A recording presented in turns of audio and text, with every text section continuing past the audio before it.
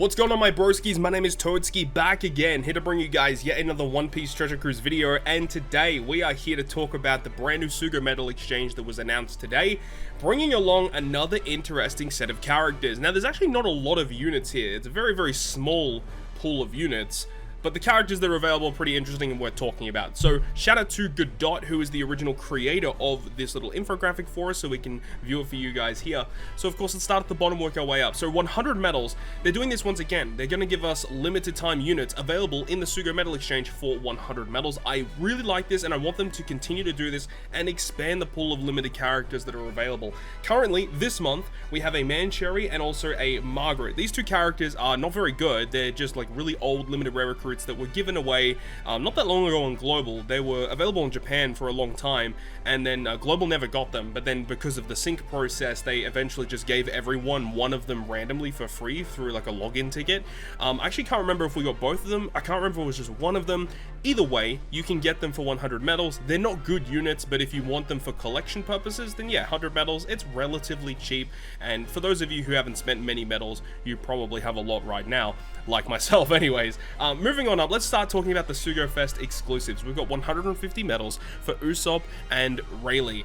Rayleigh is one that's probably worth it. You know, he's got an interesting special. He has the 6+. He's usable in PvP, especially on a defensive style team. I would say if you are building a Dex defense team, you may want to, invest 150 medals into him. But in regular play, he really doesn't see a lot of play at all. He has an okay special, but it's not game-breaking by any sense. And Usopp, unfortunately, is just severely power crept. He's just a really bad unit, not very good in PvP, not good in any content, really. Usopp, I would not suggest for 150 medals. Bumping up to 250 medals, though, we've got a couple of interesting units here. We've got Baton and Cavendish and Cracker. Baton and Cavendish are okay. They recently got the buff on PvP, which makes them a little better. Still not the best, though. And in regular content, they're a driven attack booster. They have defense threshold, the damage threshold, so that you can, tank hits from the enemy. Their switch effect is still a very good switch effect, allowing you to heal, damage reduction effect, and they give themselves an orb boost, they give themselves a matching slot. Like, it's just a really good switch effect on this unit. However, not a great unit, doesn't see a lot of play in content, so I probably wouldn't advise picking up Baton and Cavendish. But then we've got Cracker. Now, Cracker for 250 medals, I think is definitely a bargain. The unit by himself has the super evolution and is really good in regular content, providing color affinity, chain boost, and really good orb manipulation. He's basically like an alternate version of Wano Law because they have very similar orb manipulation. They both provide different effects depending on what classes the captain is. So it's like fighter, shooter, / striker, apply one effect, but if your captain is driven, free spirit, powerhouse, or cerebral, apply the other effect. And as I said, providing chain boost and color affinity if your captain has both of those missions or conditions fulfilled.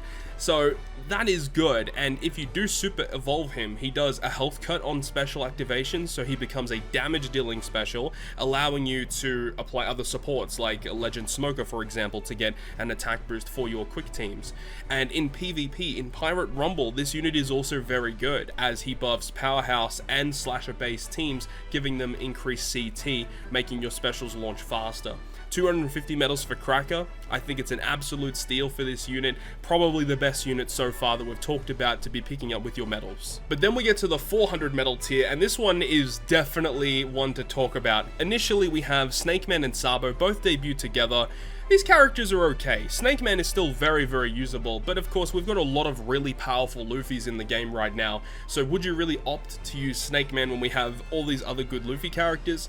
Probably not, but if you are building a mono strength team, this unit is very good, as he has a great super type special providing an attack boost to all characters, still a very, very good special to give you a full board of slots and a 2.5 times orb boost.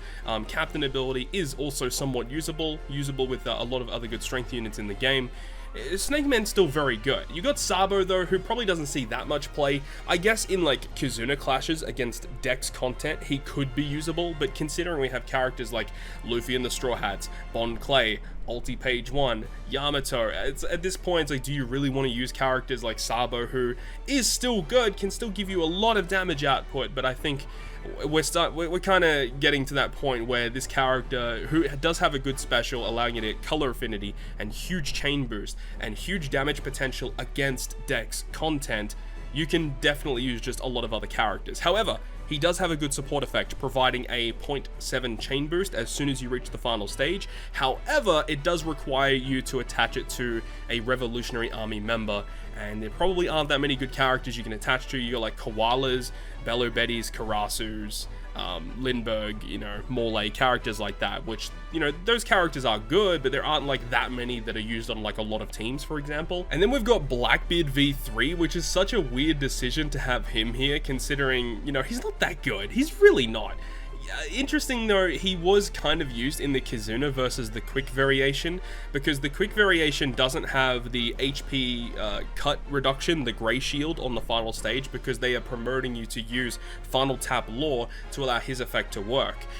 So in the quick Kizuna bosses, they do want you to use final tap lore. Now during that circumstance, Blackbeard is also usable, which means that you can reach the final boss stage, and his captain effect in the Whitebeard Devil Fruit form does provide a health cut that will actually activate. When you enter the stage, cuts the enemy's health by 10%, double Blackbeard, 10% cut, then a 10% cut on top of that, and then you can have final tap lore as a sub on your team and hit the final tap and then also get an additional health cut as well. This does a lot of damage against those types of Kizuna bosses, but again, in regular play, in normal circumstances, Blackbeard just isn't used. He's not a good unit, doesn't have a good special, doesn't have a good captain ability. He is okay in PvP, providing some boost to Driven and Powerhouse, and also debuffs the enemy. He's got some cool things going on, but Driven and Powerhouse aren't that good in PvP, considering the fact that Wano Lore is a thing. Wano Lore severely debuffs Driven and Powerhouse teams in Rumble, and he's not really that good of an option. But I'm sure, you know, if Driven and Powerhouse get some crazy more support later on down the line, even though they recently just had Superclass Dofi and Katakuri release, unfortunately they're still not good enough, because Wano Lore is just incredibly broken with the side team still. Then we also have Bonnie. That is the final character of this, and the fact that Bonnie is here is absurd. This unit is incredible. Great utility special, especially if you partner up with like Luffy and the Straw Hats as a friend captain, because one of the big drawbacks to Bonnie is that her special provides really good utility, but it gives an attack boost to only int teams, which is not the worst, because you can still, you know, use an attack boost and then use Bonnie after it.